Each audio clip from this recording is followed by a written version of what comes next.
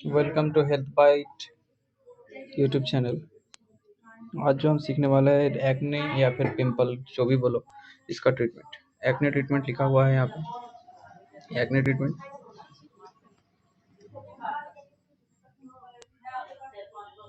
Pimple या फिर acne होने के कितने टाइप होते हैं?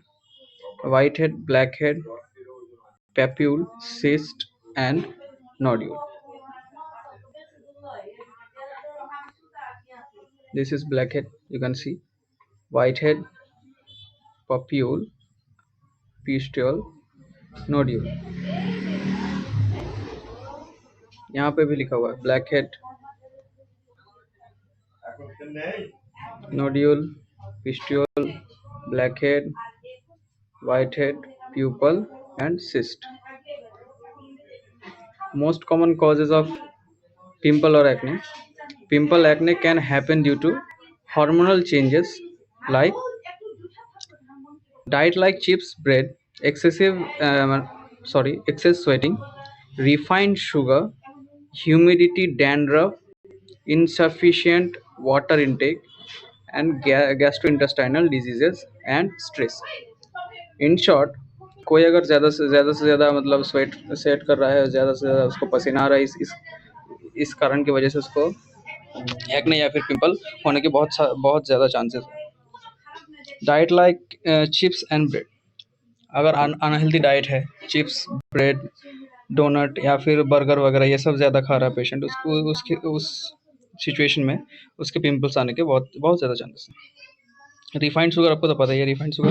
ह्यूमिडिटी मतलब ज़्यादा मॉइस्ट एरिया में रहने की वजह से, ज़्यादा मॉइस्ट एरिया या फिर ज़्यादा मॉइस्ट रूम में रहने की वजह से ह्यूमिडिटी हो जाती है।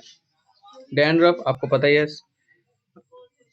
इनसफिशिएंट वाटर इनटेक, अगर पेशेंट दिन भर में ज़्यादा से ज़्यादा पानी नहीं पीता है, उस चक्कर में भी उसका कारण की वजह से भी इसको, आपके पेशेंट को पिंपल या फिर एक्ने का प्रॉब्लम हो सकता है। गैस्ट्रो इंटेस्टाइनल डिजीजेस लाइक, अगर किसी को ज़्यादा से ज़्यादा एक्सेसिव गैस हो रही है, इंडाइजेशन की प्रॉब्लम है, इन सब अंडरलाइंग कॉजेज या फिर इन सब कारणों की वजह से पेशेंट को आपके पिंपल हो सकते हैं। स्ट्रेस, एक पेशेंट अगर ज़्यादा से ज़्यादा स्ट्रेस ले रहा है, उस चक्कर में उसको पिंपल्स हो सकते हैं। एंड यहाँ पे कॉस्मेटिक यूज़, ज़्यादा से ज़्यादा कॉस्मेटिक या फिर मतलब ब्यूटी प्रोडक्ट ज़्यादा से ज़्यादा मतलब इस्तेमाल करना, इस वजह से आपके जो है स्वेट ग्लैंड्स या फिर जो स्वेट पोर्स जो हैं वो सब ब्लॉक हो जाते हैं। इस कारण से जब आपका स्वेट बाहर नहीं निकल पाता स्किन से, दैट्स द रीज़न आपको पिंपल या फिर एक्ने होने के चांस बहुत ज़्यादा बढ़ जाते हैं। एंड एलर्जी, पर्टिकुलर किसी पोलन, डस्ट या फिर आपके किसी को घर का कोई पेट है, एनिमल है, उसके हेयर से या फिर हेयर फॉलिकल्स, इन सब कारणों की वजह से आपको भी इनफैक्ट एलर्जिक रिएक्शन की वजह से आपको डैंड्रफ आपको एक्ने या फिर पिंपल होने के मैक्सिमम से मैक्सिमम चांसेस है। अनहेल्दी डाइट, जैसे मैंने बोला, like bread, chips and burger, मतलब ऑयली फूड, स्पाइसी फूड, इन सब कारणों की वजह से आपको एक्ने या फिर पिंपल ये सब हो सकते हैं। मेडिकेशन, सर्टेन मेडिकेशन जो है आपको पिंपल करा सकते हैं, like it's also falls in the category of allergic reaction। Something assume कीजिए, आपको किसी डॉक्टर ने कुछ प्रिस्क्राइब किया है या फिर आप कोई चीज़ खुद से खरीद कर अपने फेस पे लगा रहे हैं, दैट्स द रीज़न आपको पिंपल या फिर एक्ने हो सकते हैं। इमोशनल स्ट्रेस या फिर फिजिकल स्ट्रेस, किसी भी टाइप के स्ट्रेस की वजह से आपको जो है पिंपल या फिर एक्ने होने के बहुत से ज़्यादा चांसेस हैं। हार्मोनल चेंजेस, ये तो मैंने पहले ही बताया, हार्मोनल चेंजेस, इसकी वजह से भी आपको बहुत चांसेस मैक्सिमम हो जाते हैं आपके पिंपल या फिर एक्ने होने की। समटाइम मेंस्ट्रुएशन, इरेगुलर मेंस्ट्रुएशन, जिन सब फीमेल या फिर गर्ल्स को जो इरेगुलर या फिर पीसीओडी, पीसीओएस के प्रॉब्लम है, इन सब कॉजेज की वजह से भी कभी कभार जो है पिंपल हो जाते हैं। चलिए नेक्स्ट स्लाइड पे जाते हैं। Acne pimple map. Acne pimple map पे आपको आप देख पाएंगे कौन सी कंडीशन, कौन से अंडरलाइंग कॉज की वजह से आपको जो है पिंपल ज़्यादा से ज़्यादा होने के चांसेस हो जाते हैं। Small intestinal problem, bladder problem या फिर यहाँ पे gall bladder problem, liver, heart, pancreas, stomach, liver, kidneys, ये सब पेल्विक ऑर्गन, हार्मोन, स्प्लीन, आपको देख ही सकते हैं। मैं ये सब इरेज कर देता हूँ अभी के लिए, ताकि आपको क्लियर पता चले।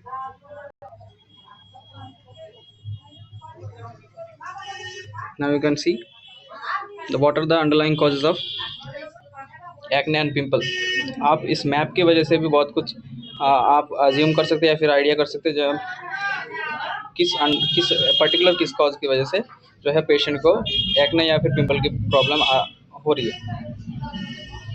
ट्रीटमेंट प्रोटोकॉल में अगर हम आएंगे तो cream benzoyl peroxide 2.5% plus clindamycin 1% BD, ये जो है दिन में आपको 2 बार, बीडी मतलब दिन में 2 बार देना है आपको। और इसके बदले आप ये भी दे सकते हैं एडापेलिन 0.1% प्लस क्लिंडामाइसिन 1% बीडी। अगर आप ये वाला दे रहे हैं तो ये नहीं देंगे, अगर ये दे रहे हैं तो ये नहीं देंगे। मतलब इन तीनों में से, चारों में से आपको कोई एक, मतलब बस एक कोई एक देना पड़ेगा बीडी दिन में 2 बार के लिए। एल्डापेलिन 0.1% प्लस क्लिंडामाइसिन 1% बीडी, ये भी दिन में 2 बार। या फिर उसके अलावा आप एलाडापिन 0.1% प्लस बेंजाइल पेरोक्साइड 1% बीडी, ये भी दिन में 2 बार। अगर आपके पास ये भी नहीं है तो ट्रीटोनाइन 0.025% बीडी, ये भी आप दिन में 2 बार तक पेशेंट को प्रिस्क्राइब कर सकते हैं। एंटीबायोटिक्स डॉक्सीसाइक्लिन 100 mg ओडी या फिर बीडी। मैं तो बोलूँगा फर्स्ट ऑफ ऑल आपको ऑलवेज जो है चूज़ करना है बीडी, सॉरी ओडी। ऑलवेज जो चूज़ करना है आपको ओडी। अगर आप जनरल प्रैक्टिशनर है या फिर आरएमपी है या फिर विलेज कोई मतलब डॉक्टर नहीं है, उस टाइम पे आपको ऑलवेज ओडी प्रिस्क्राइब करना है इनटू 10 दिन के लिए। और पेशेंट को एडवाइस कर देना है कि वो धूप में या फिर ज़्यादा से ज़्यादा छाँव में रहने की कोशिश करें, धूप में ज़्यादा ना जाए। इससे जो है थोड़ा बहुत प्रॉब्लम हो जाता है डॉक्सीसाइक्लिन यूज़ करने के बाद। अगर पेशेंट आपका कैल्शियम ले रहा है उस कंडीशन में आप डॉक्सीसाइक्लिन और कैल्शियम का मैक्स टू मैक्स डिफरेंस मतलब आपको रखना होगा, एक साथ नहीं दे सकते। आपको 8 आवर्स का गैप रखना पड़ेगा एज सेफ। इससे भी कम हो जाता है, पर मेरी तरफ से आपको सेफ, एकदम मोस्ट सेफ 8 आवर्स का रखना है आपको। अगर आपका पस बिल्डअप हो रहा है उस टाइम आपको जो है एजिथ्रोमाइसिन 500 ओडीपीसी, एजिथ्रोमाइसिन 500 ओडीपीसी, एजिथ्रोमाइसिन 500 ओडी दिन में एक बार खाने के बाद, ऑलवेज दोपहर के खाने के बाद आपको देना है, ये भी 5 दिन के लिए। अगर आपके पास एजिथ्रोमाइसिन नहीं है, इरिथ्रोमाइसिन 500 ओडीपीसी, वो भी दोपहर को खाने के बाद या फिर खाने के थोड़ी देर पहले, आधा घंटा 1 घंटा पहले ले लेना है 5 दिन के लिए। Always add vitamin A capsule, always आपको जो है ऑलवेज विटामिन ए का सप्लीमेंट आपको ऐड करना पड़ेगा। आइसोट्रेटिनोइन 10 mg बीडी या फिर टीडीएस। आप ज़्यादा से ज़्यादा आप बीडी ऑलवेज बीडी प्रिस्क्राइब कीजिएगा।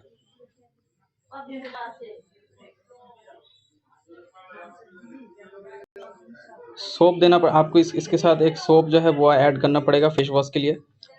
Benzyl peroxide 1.25% plus clindamycin 0.10% for face wash. ये जो है आपको दिन में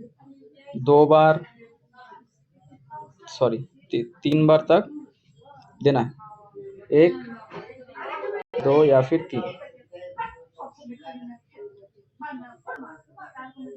warning, self medication is always dangerous, please always consider a doctor और फार्मासिस्ट।